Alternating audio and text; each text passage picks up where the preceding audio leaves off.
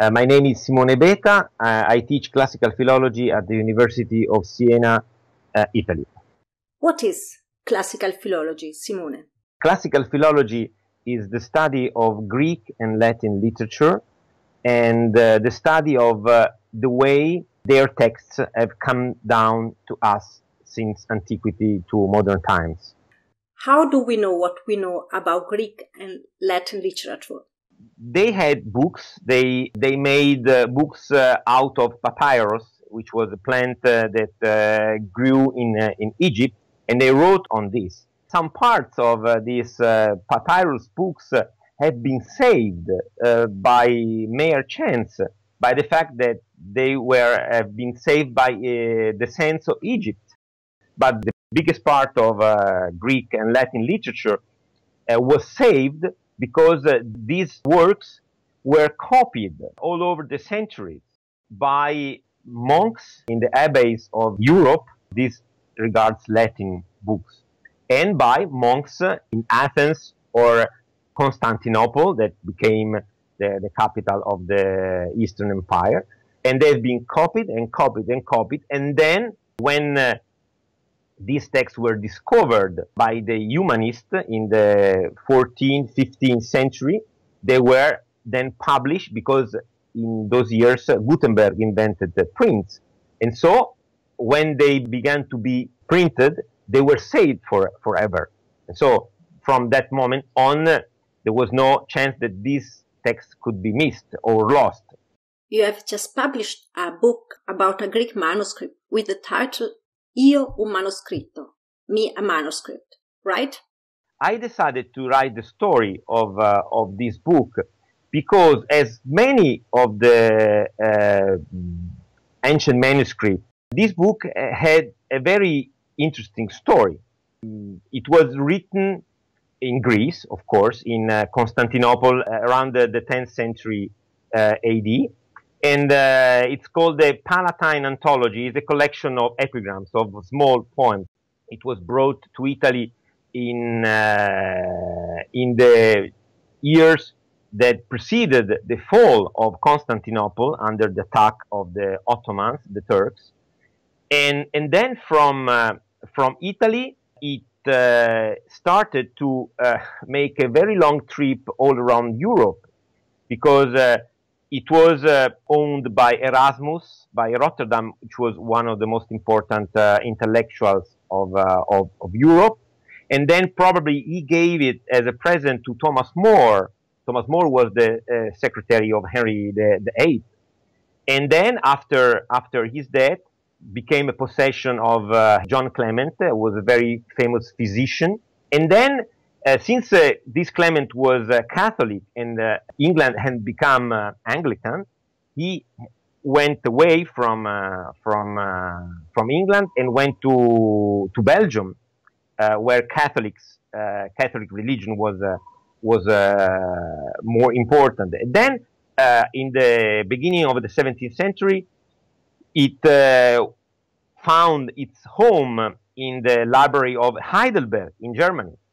But Heidelberg was a Protestant town, and when the town was conquered by the Catholic during the 30 Years' War, the book was given as a present from Maximilian of Bavaria, was given to the Pope. So the book went from Heidelberg to Rome.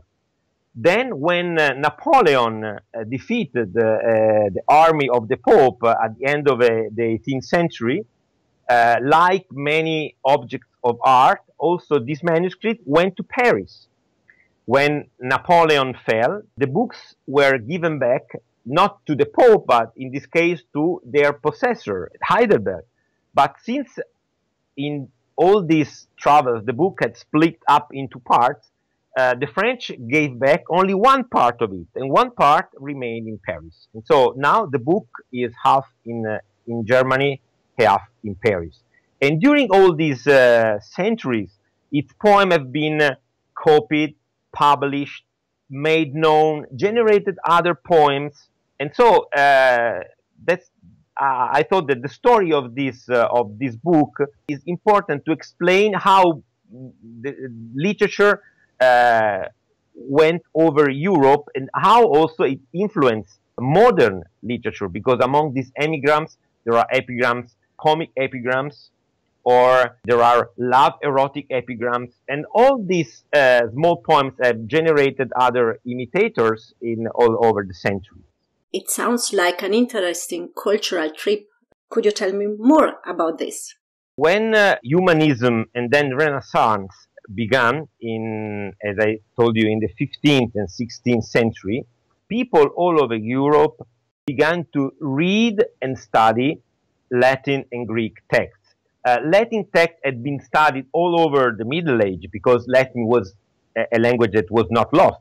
Greek was lost in Europe, but saved in Greece because, of course, that was the place where it was spoken. Well, when in the Renaissance these texts became popular, they were printed, and so they began to be sold and read. The story of Greece and mostly the story of Rome became a topic of discussion among the intellectuals of Europe. And the story of modern Europe started from this discovery, basically, when they began to read again these texts and to build social, political, and cultural systems founded on that literature and that peculiar culture. Why is such a book so valuable? The importance of such a manuscript was the fact that it contains some compositions that cannot be found anywhere else. So, in a way, this book contains some unique poems, some unique texts. How did you find out what happened to the book over the centuries? Many people before me have studied the stories of this manuscript. It's like a treasure hunt. You must put together some different clues and discover that they are connected.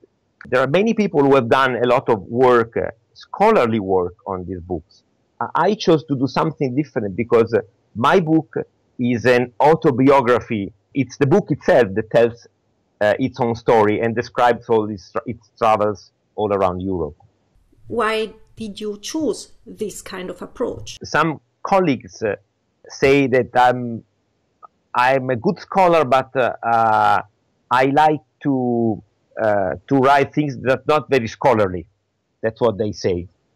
But I prefer to write something that is interesting. So I prefer to choose my topics, the topics I like, and the topics that I think can appeal to people of the 21st century AD.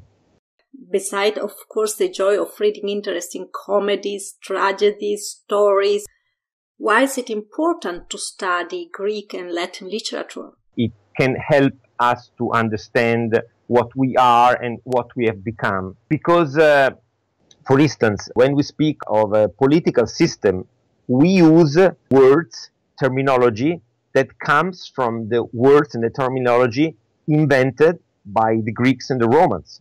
Basically, all the terminology of politics comes from Greek or Latin.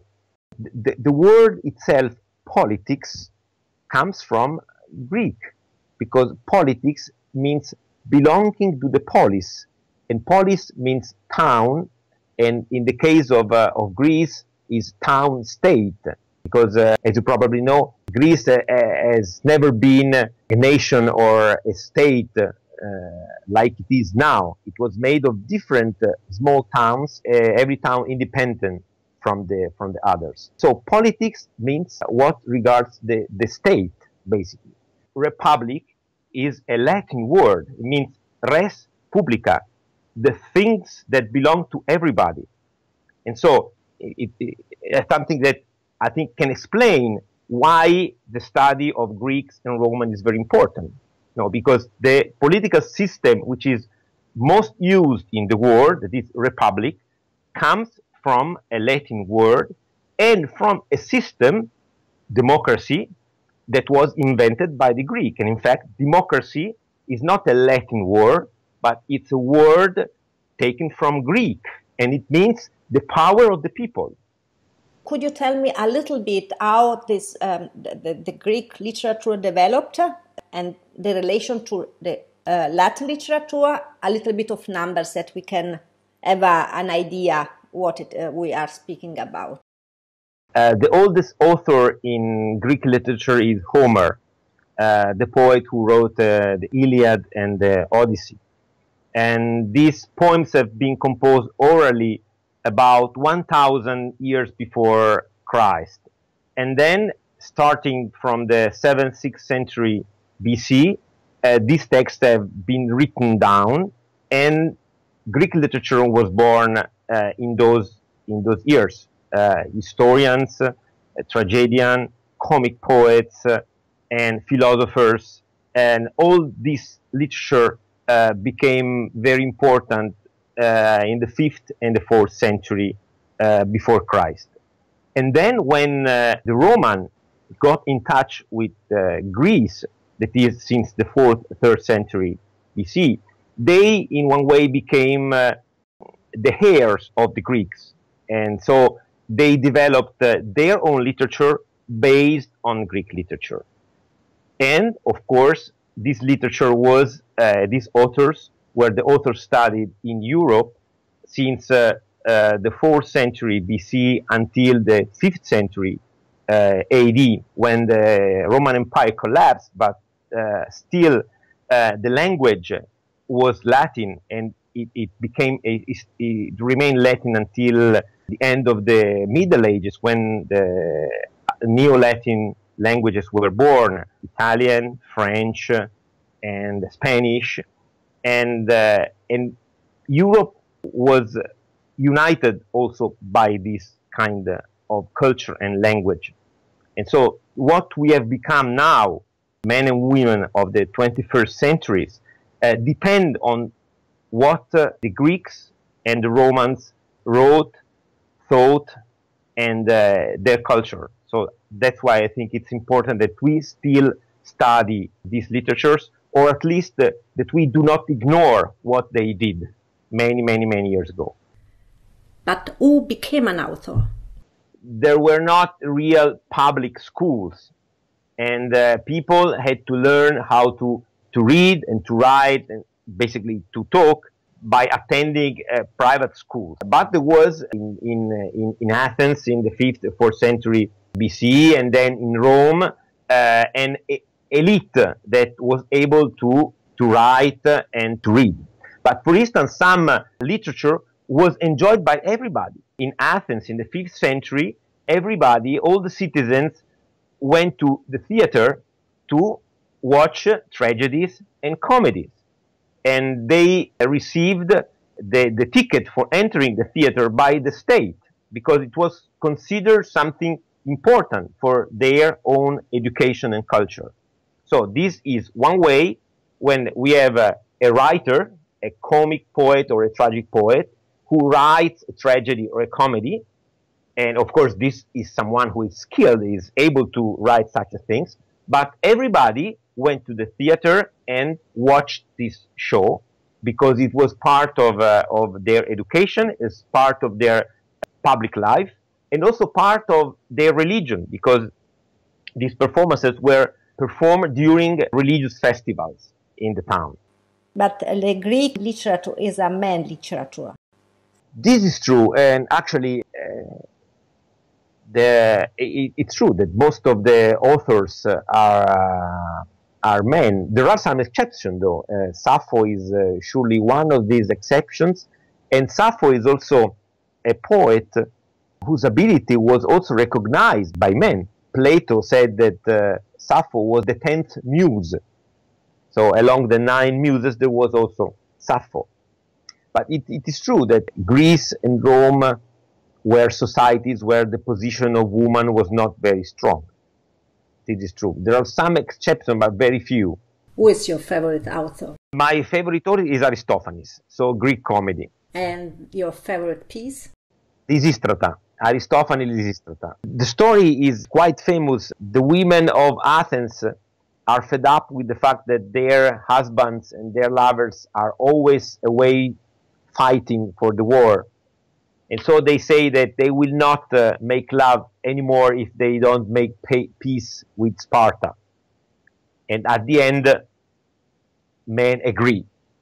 The meaning of this comedy is very clear, that war is the worst thing ever for the human beings. If there is war, there is not life. Love is life. And so that's what is clearly told by this story. It is told in a funny way, and unfortunately, it was not able to influence the Athenians, because the comedy was performed in 411, and the war ended badly for Athens in 404, so 7 years after. But the story was very simple. I've studied not only the comedy itself, but also the many modern versions that have been made of this comedy since the 16th century. And it has been quite funny, because the Greek comedy ends well for the women, while the modern versions end badly for the women. And it's quite strange, the fact that in a society that was so clearly pro-male, anti-woman like Greece, there might be a comedy where the main character is a woman, and at the end she wins, while in the history of modern Europe it doesn't happen so. How do you see it? Why? Because these versions were written by men who were not so smart as Aristophanes. An old comedy with a still relevant topic. Yes, in fact, during the Cold War, it became the most popular comedy of Aristophanes, and it was performed everywhere. And also in 2003, when the second Gulf War started, there was the Lysistata project, that is performances of the whole comedy or parts of it all over the world. And I think it was the 17th of March of 2003. And so this comedy of Aristophanes was chosen all over the world as a manifesto against war. So this also explains why classic literature is not dead, but is still alive. It can say something interesting even in our times. Why do you believe that knowing the past can improve the present? Because we know what has happened before us. Otherwise, it's like to starting again. You know, if you ignore what has happened before, it's like to start from the Stone Age. Most of the problems that we are discussing now have been discussed by the Greeks and the Romans before us. Just let me use an example, which is, of course, very important now. No? Now, Europe finds itself in a very difficult situation, because all these people that are trying to enter Europe, coming from Africa or from Asia, because of war, because of poverty, or many things, and they try to arrive in Europe. This problem has been present also in the story of Rome, for instance, and it happened in the 2nd, 3rd, 4th century AD, when the barbarians were pressing on the border. And so what did the Romans do? They, at the beginning of the 3rd century AD, Caracalla, the emperor, gave the citizenship to all the people who lived inside the boundaries of the empire. So everybody became member of the Roman Empire without any kind of discrimination. And then, in order to absorb some of these people came to the empire and they became citizens. So that's what one answer. And so we found ourselves in a situation which is very similar. And knowing what they did before us might be important. But Roma went also down. It was the end. Was this a good solution for the empire? well, they could survive for other 250 years. Can we say the same for Europe? Not sure, Simone. It's really a good question. Thank you so much for watching. Thank you so much for sharing. And thank you so much, Simone, for this conversation. You're welcome.